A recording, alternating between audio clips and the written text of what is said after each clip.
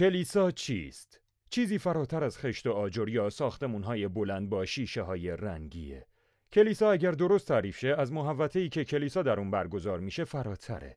کلمه کلیسا از اصطلاح یونانی اکلسیا گرفته شده و اولین باری که این اصطلاح در عهد جدید به کار رفته مربوط به زمانیه که عیسی در متی 16 به شاگردانش گفت کلیسای خود را بنا می‌کنم و دروازه‌های حاویه بر آن استیلا نخواهند یافت. اگر بخوایم یه تعریف ساده بکنیم میگیم کلیسا بدنیه که متشکل از ایمانداران تعمید یافته است که در حقیقت انجیل عیسی گرد هم جمع شدن تا پرستش کنن، خدمت کنن و برای بشارت و جلال خدا سازماندهی بشن. اما کلیسا تعریفی فراتر از این مفهومه. به عنوان مثال اصطلاح اکلسیا در عهد جدید 2 کاربرد اصلی داره، یک کاربرد محلی و یک کاربرد جهانی. کلیسای جهانی یعنی کلیسای خدا در سرتاسر جهان که از موقعیت جغرافیایی فراتر هستش و به لحاظ تاریخی کلیسای جهانی کلیسای مقدس کاتولیک نامیده میشه که البته نباید اون رو با کلیسای کاتولیک رومی اشتباه گرفت. این اصطلاح کاربرد گسترده تری داره و در متی 16 وقتی عیسی وعده میده که کلیسای خودش رو بنا میکنه منظورش کلیسای جهانی در سرتاسر جهانه. کاربرد اصلی کلمه کلیسا در عهد جدید در اشاره به کلیسای محلی هستش. کلیسای مرئی عیسی مسیح از جماعت‌های محلی ایماندارانه تعمید یافته تشکیل شده که در یک ایمان واحد گرد هم جمع میشن و این ایمان بر مبنای انجیل عیسی مسیحه و هدف اون پرستش، خدمت، مشارکت و کوشش برای بشارت و مأموریت هستش. کلیسا اجزای متمایزی داره. اول سر کلیسا رو داریم.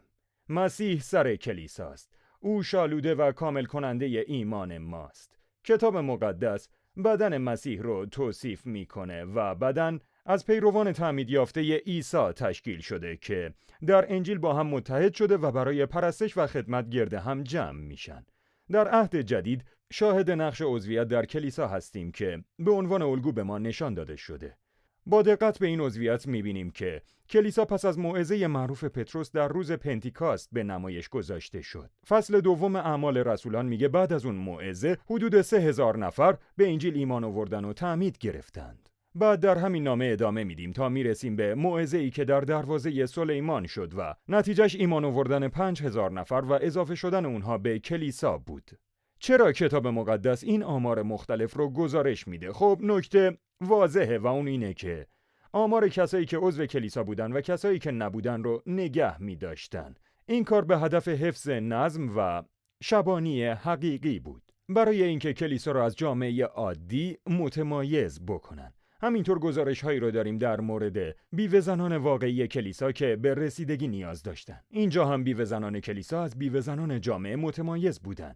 این قضیه به این واقعیت اشاره داره که در کلیسای اولیه چیزی مثل عضویت رسمی وجود داشته و همچنین عضویت‌هایی وجود داشتن که کتاب مقدس با استعاره‌های مختلف بهشون اشاره کرده و کلیسا به یک خانواده تشبیه شده. در اول تیموتائوس باب 5 پولس از احترام به همدیگه به عنوان عضو یک خانواده حرف میزنه. اون خدا رو پدر خطاب کرده و ما رو فرزندان خدا خونده. کتاب مقدس آشکار کرده که ما در خانواده خدا به فرزندی پذیرفته شدیم و این موضوع در جاهایی مثل رومیان 8، غلاطیان 4 و افسوسیان 1 هستش.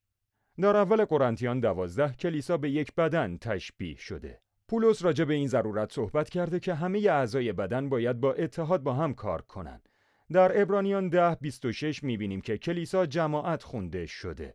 هدف این متن مذمت جدایی از کلیسا و حیات انفرادی هستش و به ضرورت گرد هم اومدن در کلیسای محلی اشاره میکنه و کلیسا در اول پتروس 5 به یک گله تشبیه شده. مشایخ باید به گله خدا که در میان آنهاست خوراک بدن. در اول قرنتیان باب 3 آیه 9 میبینیم که کلیسا به یک ساختمون تشبیه شده. همه این استعاره های متمایز یک هدف رو دنبال میکنه و اون نشون دادن اتحاد کلیساست و اینکه قوم خدا چطور باید گرد هم جمع شن و در اتحاد خدمت و عمل بکنن.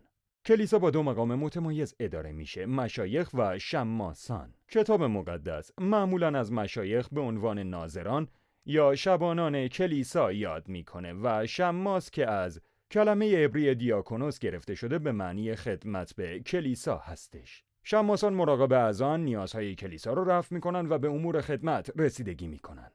پرستش کلیسای محلی بایستی مطابق کتاب مقدس توسط مشایخ، رهبری و اداره بشه. کلیسا آیین‌های تعمید و شام خداوند رو برگزار میکنه و کتاب مقدس به وضوح به جنبه‌های مختلف پرستش اشاره کرده و گفته باید به نوعی باشه که باعث جلال نام خداوند بشه. کلیسا یک کلوپ اجتماعی نیست. کلیسا صرفاً یک گزینه برای انتخاب نیست. کلیسا اراده خداوند برای مسیحیانه. کلیسا جاییه که با موعظه و تعلیم کلام خدا میتونیم رشد بکنیم. کلیسا جاییه که میتونیم عطایای خدا رو به کار بگیریم. جاییه که میتونیم به یک جامعه اصیل و واقعی متعهد بشیم. جاییه که در چیزی به نام کوینونیا مشارکت داریم. کلیسا جایی هستش که مطابق با اعتراف ایمانمان گرد هم جمع میشیم و جاییه که به اون اعتراف پاسخگو خواهیم بود. مطابق با کلام خدا ما در کلیسا خوراک میگیریم و حفاظت میشیم. مطابق با کلام خدا کلیسا جاییه که در اون قوت و پرورش میابیم. کلیسا جاییه که در اون شاگردسازی و تأدیب میشیم.